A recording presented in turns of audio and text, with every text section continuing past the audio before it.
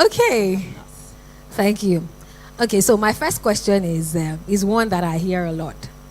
So they say politics is dirty, very dirty. Politics is a dirty game. And I know you both are politicians. So how dirty are you? They said was politics is dirty, not the people do it in politics.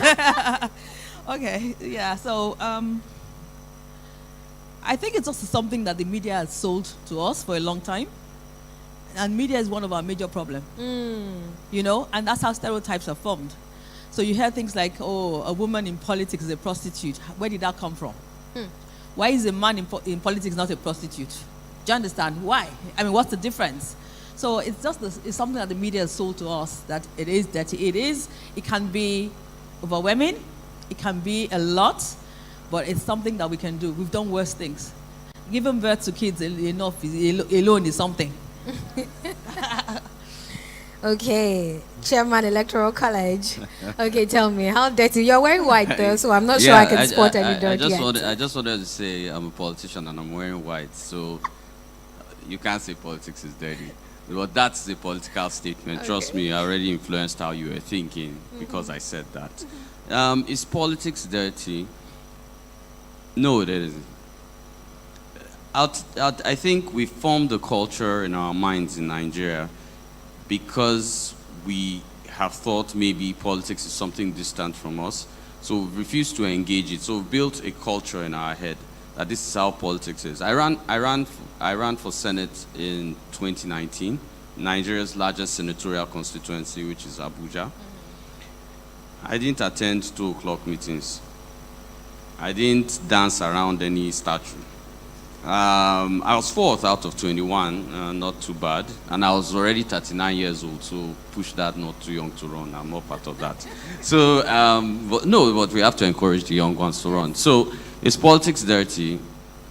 No, it isn't. But have we created a culture to keep the people that should be part of it, like Christians, the youth, women?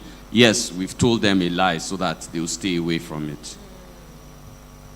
Wow, incredible. Okay, so that's a good place to start. How did you get into politics? Could you just tell us a bit about it? And how can I do it if I have to? Wow, you really want to put me on the spot. Anyway, I was born to 2 lecturers. I need to start this from the beginning. So that I was born to 2 lecturers. I went to Ahmadu Bello University. I didn't know anything about SUG politics. I never touched anything. You can't find any history of me in politics more than 9 years, the last 9 years. But somewhere along the line, I started to understand, first, a few things happened. So let me rush over it. First, a cousin got shot while trying to use an ATM in Kogi State. And then when I was having my son, he was a preemie baby, and we know what happens with that situation. And, you know, there was this driver in Naipos that was there, and our babies were on oxygen. This was about 7,000 naira an hour as of 2016 when he was born. And the Naipos dad, they almost took his daughter out of the incubator, all because he couldn't afford it. So the fathers that were in the emergency room then, we just decided, intensive care room then, we just decided to put together money. And I realized that this is a situation, this is a failure of policy. And I jumped into politics. I knew that the only way to, and my power, then of course I went for a legislative office. I must also add that while running for office, I proposed 49 bills during campaigns. That's higher than any legislator in Africa, so you can clap for me. But I'll be honest, how does the son of a lecturer, of 2 lecturers born within a university quarters get into politics? I love my country. That's how I got into politics. I love my country enough. I participated within the system. I've grown to understand the Constitution. I'll tell you, you can't engage a system that you don't understand.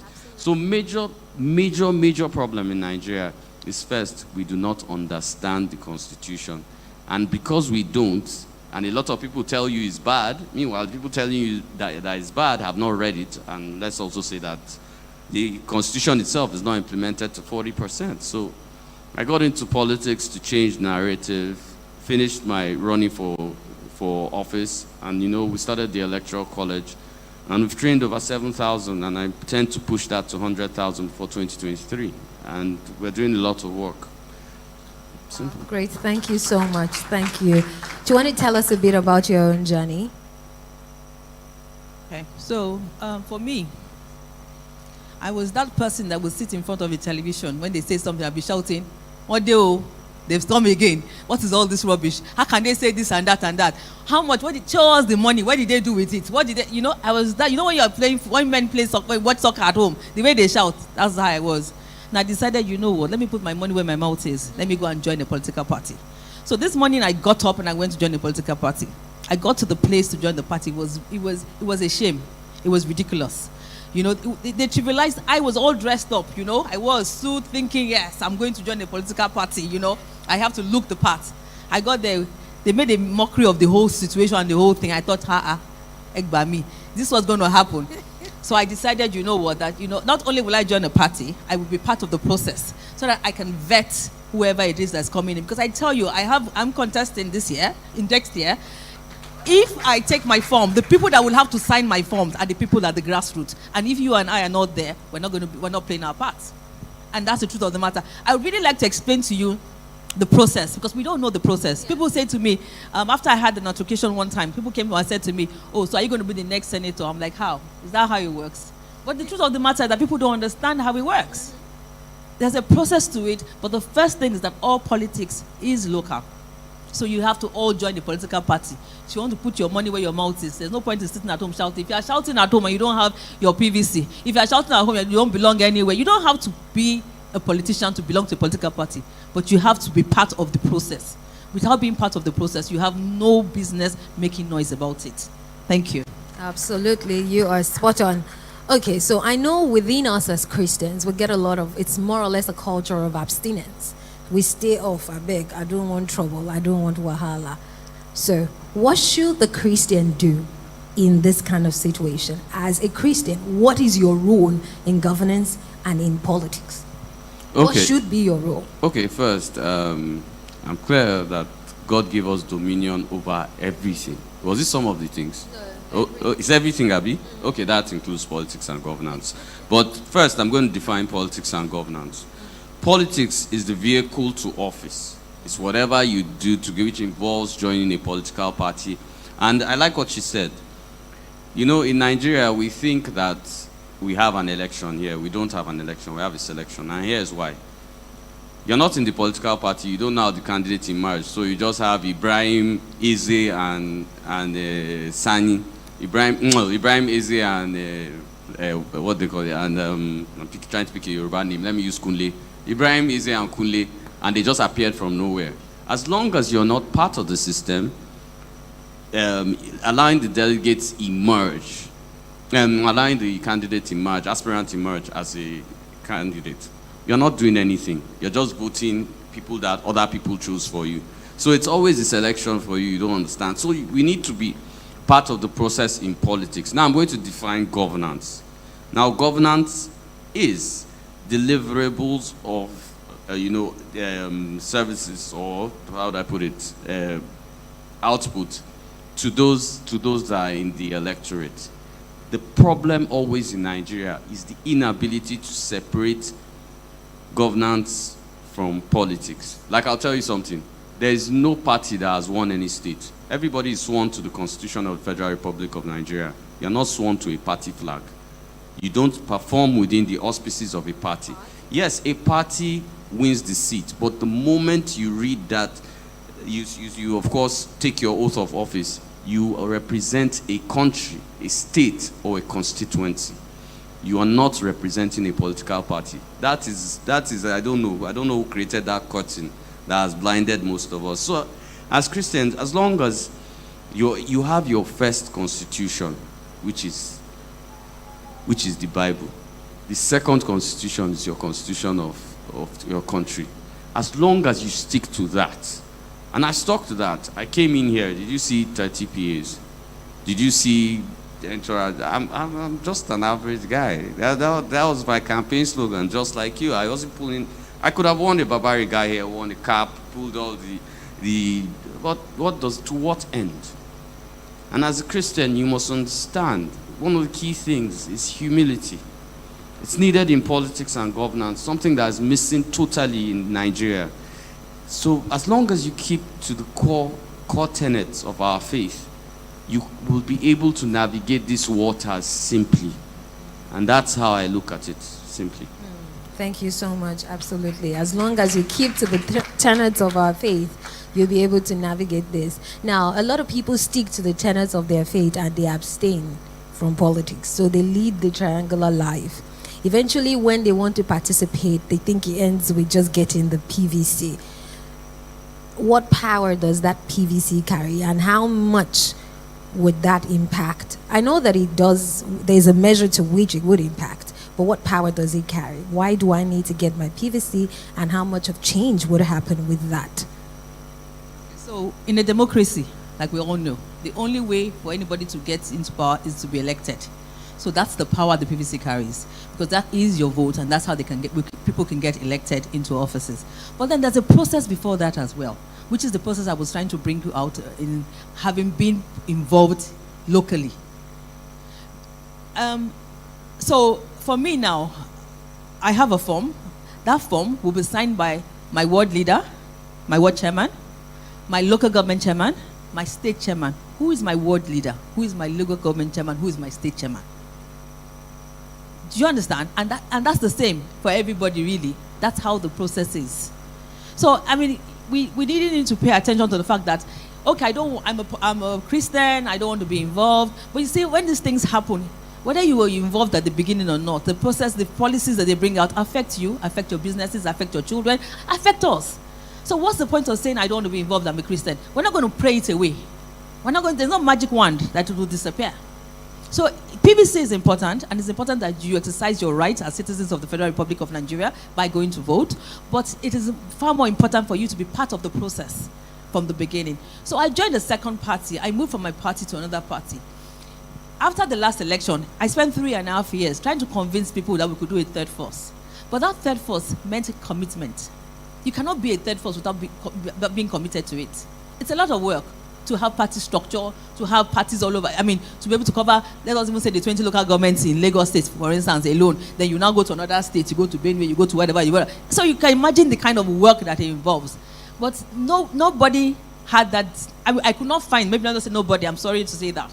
I could not find people that were dedicated enough, that were ready to go through that process. It's a sleepless night. When I went to the review, the constitutional review, when I was part of the process, it took me a whole month to convince my peers that we should actually look at the constitution, review it, and make our recommendations. Everybody said, please, I beg, Nigeria, it's just a joke. No, they're not serious about it. They're not being honest about it. I said, you cannot say that except you are part of the process. Do you understand? You cannot just sit down at home and say, I won't do anything, because they will not do it. You play your part, and then let us see what would happen. And as God will have it, we did play our part. We got there, and we saw that they were trying to get us out of the process, and I protested against it. So we have a voice. Let us use our voice. Absolutely. Please go ahead.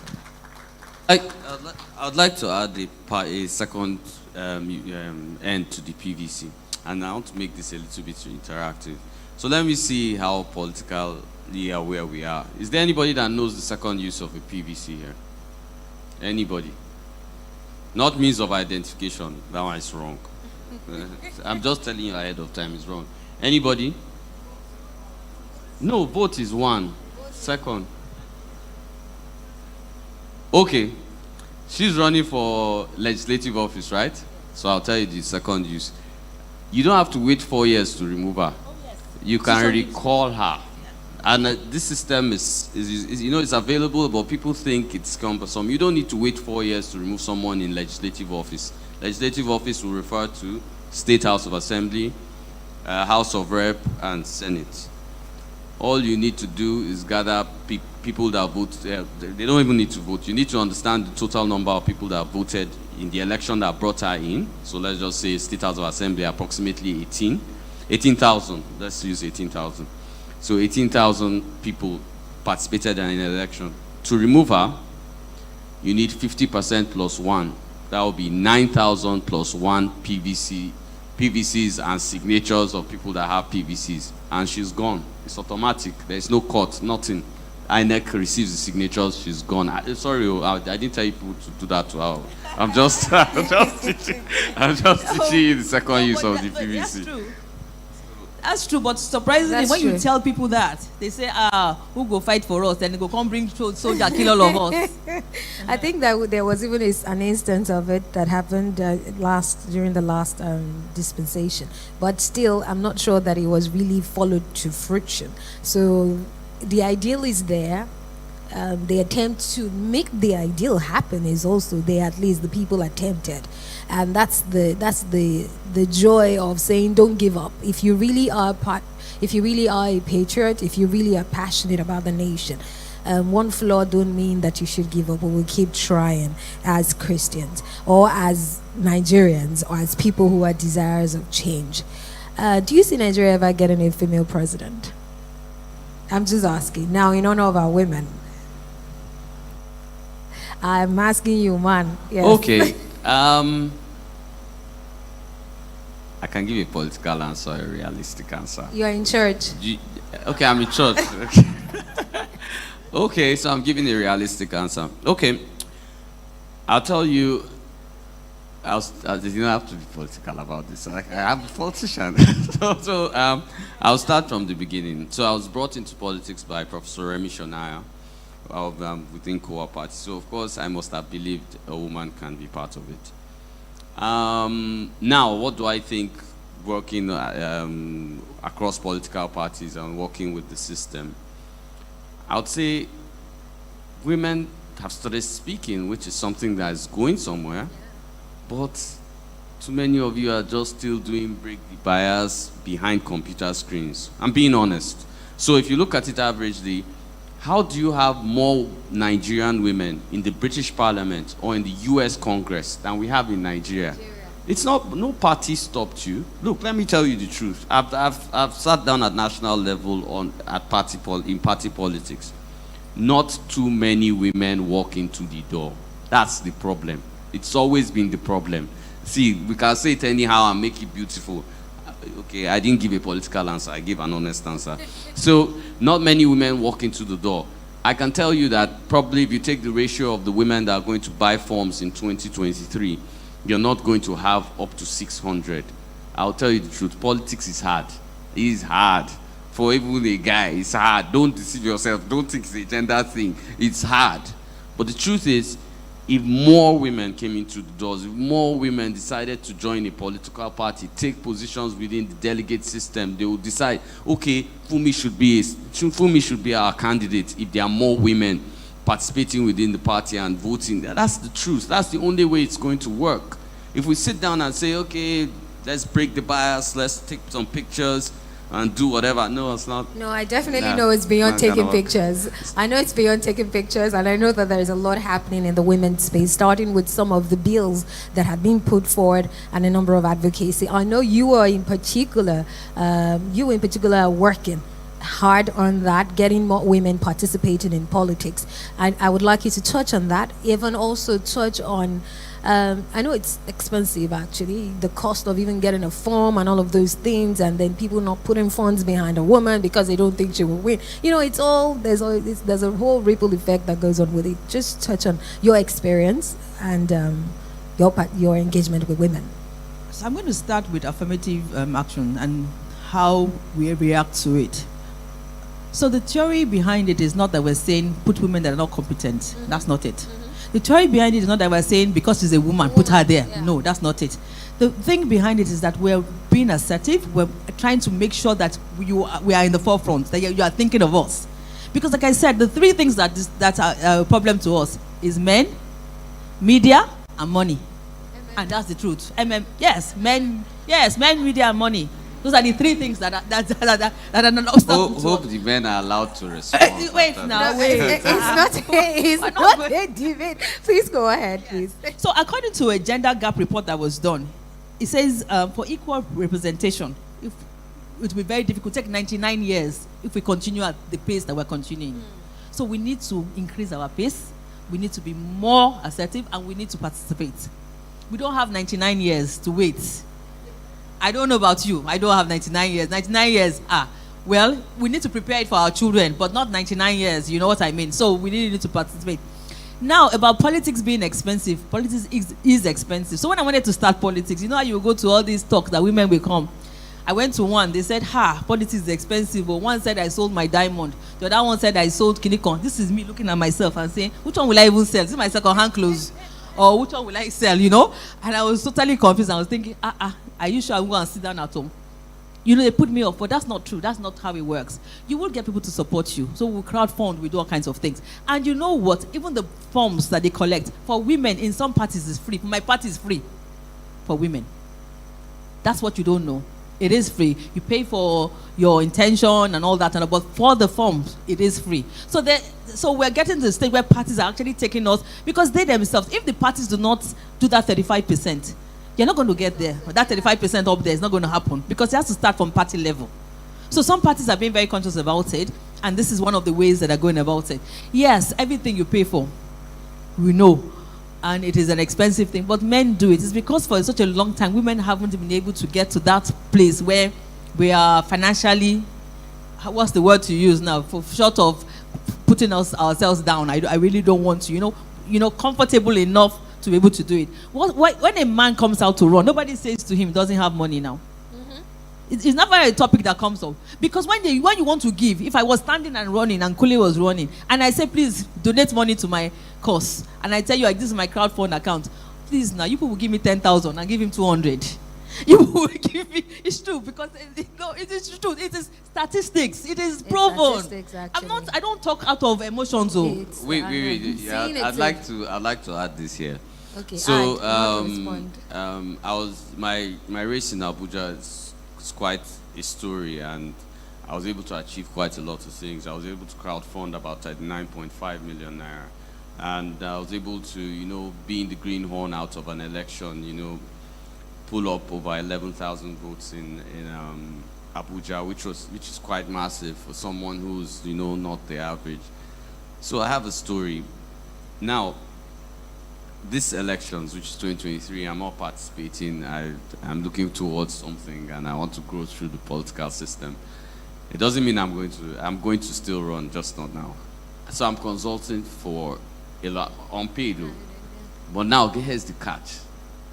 I'm only consulting for one male aspirant. The other 9 are women. So, and this is part of, and even within the Electoral College, which we run, we have women to men 3-1. So there are a lot of us that are trying to ensure that, female participation, because I don't believe in governance without inclusion. It's not possible. I'll be honest, I've run for office before, and I'll tell you, I could only rely on the women that were supporting me. And I'll tell you, guys, we know us now. I won't say anything more. Wow, thank you. Okay, now that's clear. Now, in the Electoral College, you provide support, you provide advisory. So I'm a regular, I'm a Nigerian, and I want to go into politics. What do I do? Where is my politics 101? You mentioned some things about getting into a party. That's even after I've gotten into a party. So where does it really start from, since you do a lot of education in that area? Okay, is there a short way of answering this? I would have to only Let's make it short. Let me try and make it short. So, first, the problem in Nigeria is we do not understand jurisdictions of offices. So if I ask someone here now, what does State House of Assembly do? Is councillor, legislative, or executive? They won't be able to answer it. That's where the problem really lies. So initially, you need to understand how exactly the system is. I'll tell you, the average person thinks there are still 90-something political parties when they're just 18. You need to also put that in. Next part, which is critical, is understanding the constitutional provisions in Nigeria. That is most critical. And one part we always miss. So, Lagos LG elections, less than 10% of Lagos voters participated. Don't worry, it's not only the Lagos problem, it's an across Nigeria problem. The only government you are supposed to be interacting with is your local government. Leave state governments, they are far away from you. before you even mention Oga at the top.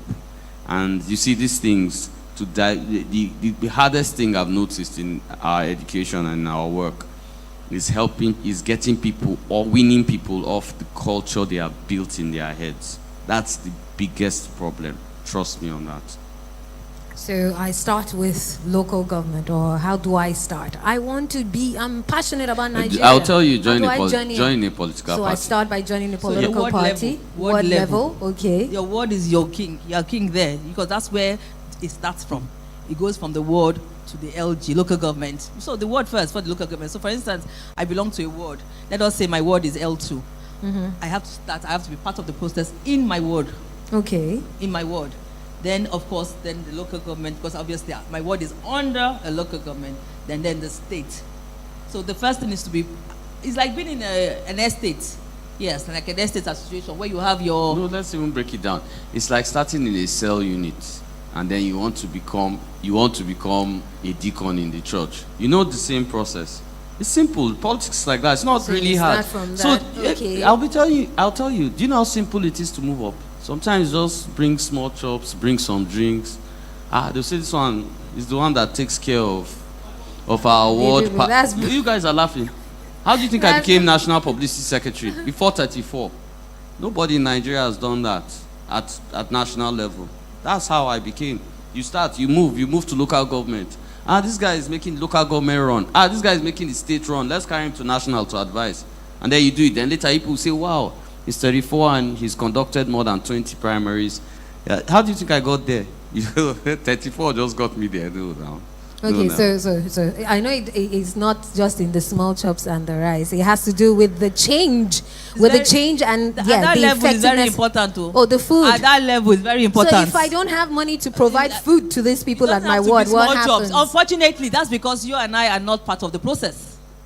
That's why. My question is, if I do not, so I want to go, I join my ward in my estate. I was going to ask you also, maybe you should help with that. So do I have to go back to my state of origin to go join a ward, or I do it where I stay? I want you to answer that. But then I'm coming back to the question on, if I don't have the money, I'm just passionate about Nigeria. I'm even trying to fend for myself. My house rent is due. School fees is there. And somebody's still waiting on me with Omoyiti Bimo. Your daughter has Yawowati Bimo. Like, did I impregnate your wife?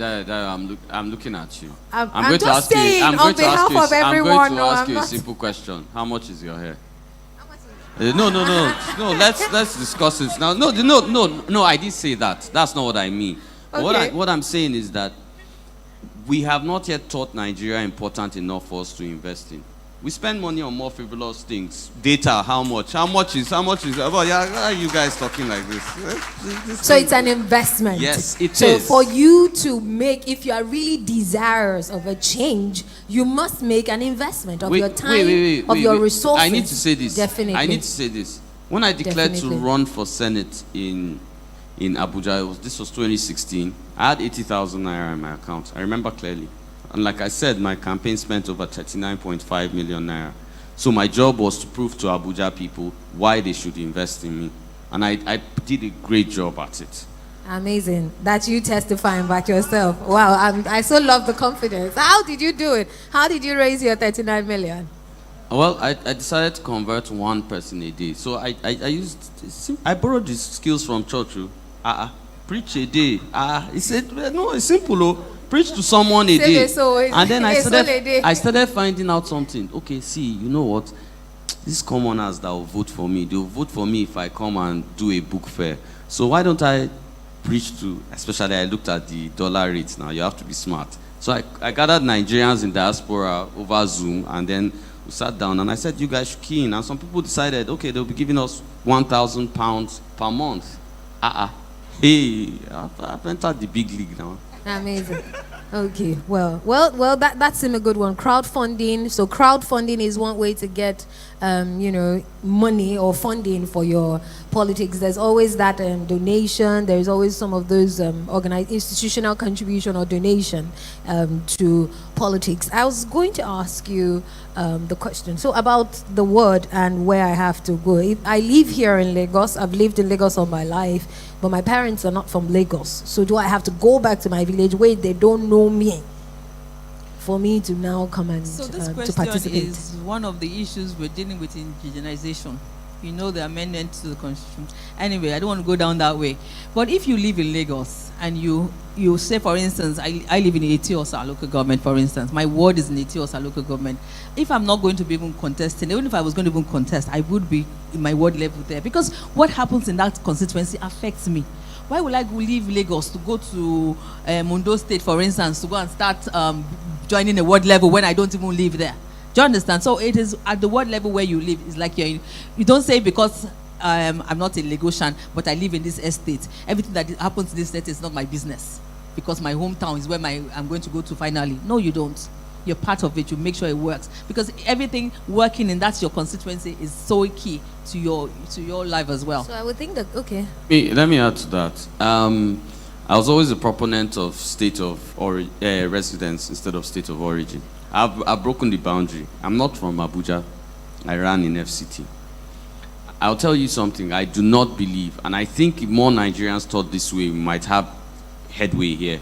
I do not believe that you are paying your taxes here and you shouldn't understand governance or be able to deal in governance here. Wherever you are paying your taxes, that's where you should be. Ancestrally, you are from somewhere you don't even know and can't even find, and you need to. I'll be honest. I'm supposed to be from Kwara State.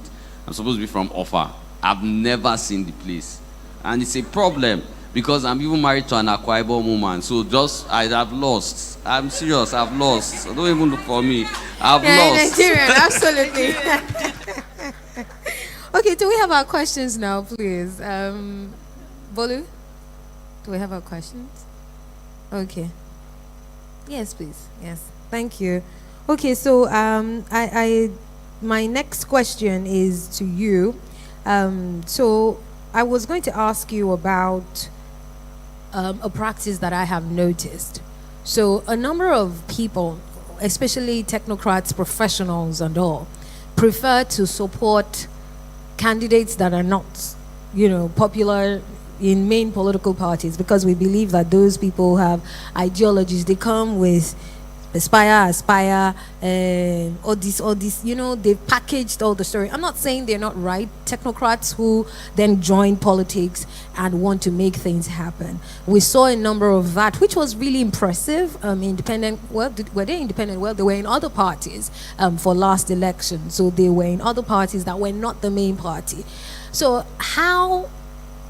Well, I think it's possible. We've seen ABGA, we've seen other parties rise with, candidates who win and eventually, who run and eventually win.